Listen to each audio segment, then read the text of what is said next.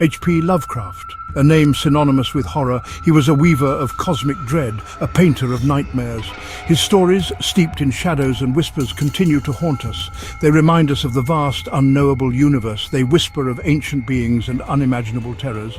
Lovecraft's genius lies in his ability to evoke fear of the unknown. He presents a bleak and indifferent cosmos. Humanity is but a fleeting speck in its grand, terrifying expanse. His stories are not mere ghost stories, they are explorations of existential dread. They tap into our deepest fears. Lovecraft's influence on horror is undeniable.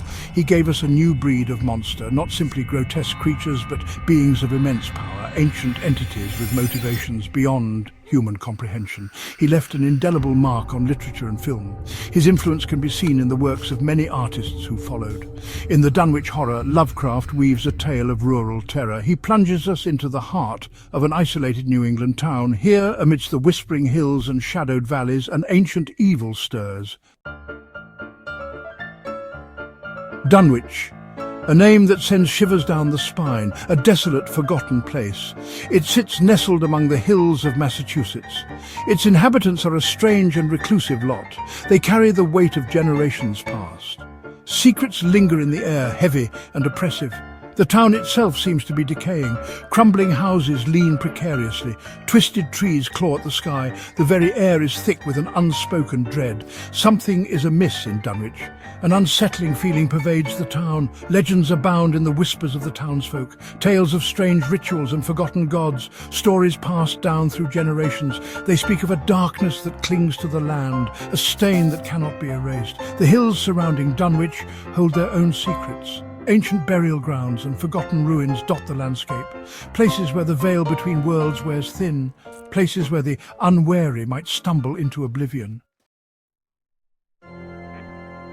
On the outskirts of Dunwich, near a desolate area known as Aylesbury Pike, lived the Whateleys, a family shrouded in mystery and whispered rumours. They were shunned by the townsfolk. Their home, a dilapidated farmhouse, stood as a testament to their isolation. The patriarch, Old Whateley, was a man of questionable sanity. He dabbled in forbidden lore. His bookshelves held ancient tomes filled with blasphemous knowledge. He spoke of creatures from beyond the stars. His eyes held a disturbing glint.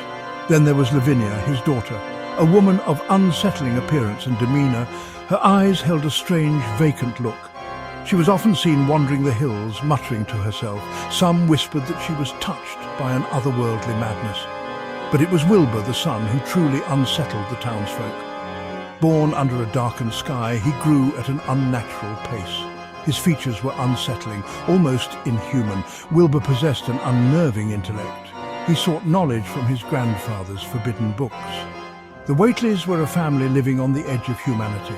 Their existence was a source of constant fear and speculation for the people of Dunwich. Little did they know the true extent of the horror that lurked within the walls of the Whateley farmhouse. Strange occurrences plagued Dunwich. Unexplained lights flickered in the night. Cattle mutilations became more frequent. The air itself crackled with an unnatural energy. The townsfolk exchanged uneasy glances. Fear tightened its grip on their hearts. Whispers of the Whateleys' involvement spread like wildfire. They were blamed for the misfortunes that befell the town. Their very presence seemed to attract the darkness. The rumours intensified, fueled by fear and superstition. Animals became increasingly agitated. They would shy away from certain areas. Their panicked cries echoed through the night. Crops withered and died. A palpable sense of dread settled over the land. Then came the disappearances. People vanished without a trace, their belongings left untouched. It was as if they had simply ceased to exist. The townsfolk were gripped by terror. They had become prisoners in their own homes. The strange events in Dunwich caught the attention of outsiders. Professor Armitage, a scholar of the occult, arrived from Miskatonic University. He was a man of logic and reason, yet he couldn't shake the feeling of unease that permeated the town. Armitage was joined by Professor Rice, an anthropologist, and Dr. Morgan, a physician. Together, they began to investigate the strange occurrences. They interviewed the terrified townsfolk. They studied the ancient lore that whispered of forgotten gods and monstrous creatures. Their investigation led them to the doorstep of the Whateley farmhouse. They delved into the history of the family. They uncovered dark secrets and disturbing truths. They discovered that the Whateleys were not merely eccentric recluses, they were guardians of an ancient and terrifying power. Time was running out.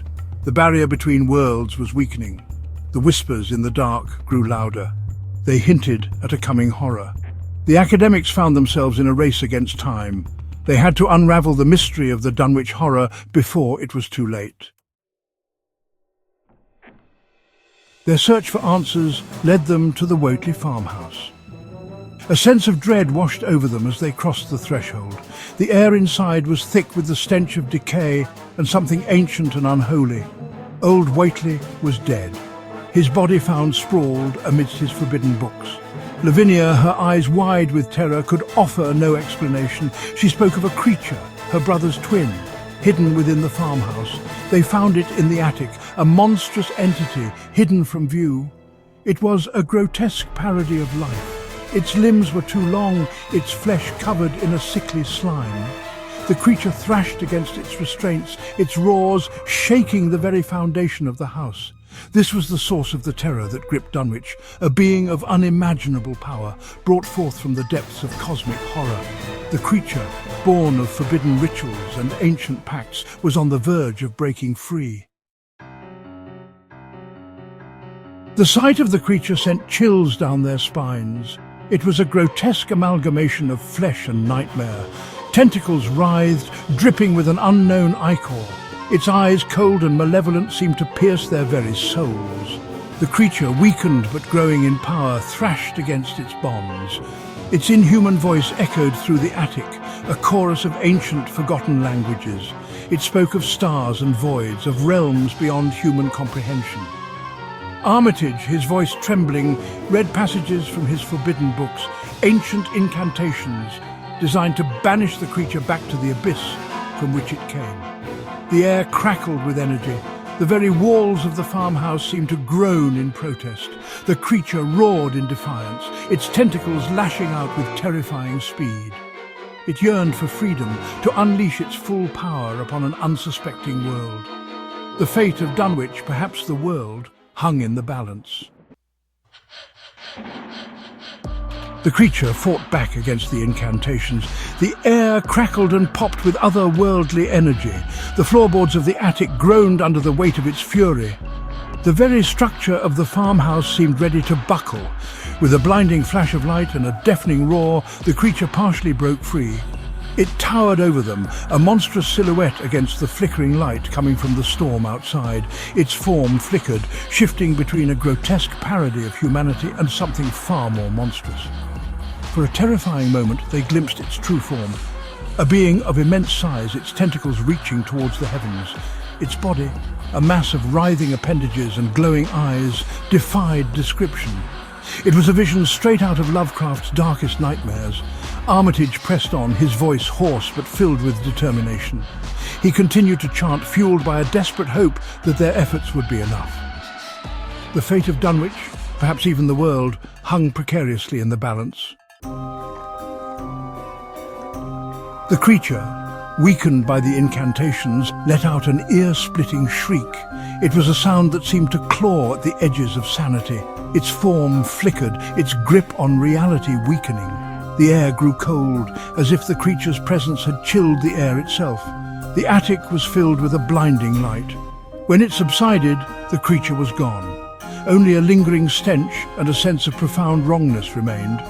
The silence that followed was deafening.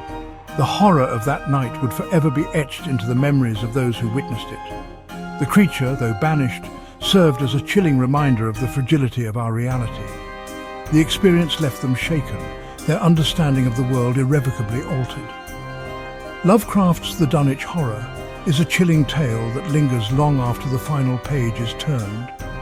It is a story that reminds us of the vastness of the cosmos and the terrifying creatures that may lurk just beyond our comprehension. It is a testament to the power of fear and the enduring legacy of H.P. Lovecraft, the master of cosmic dread.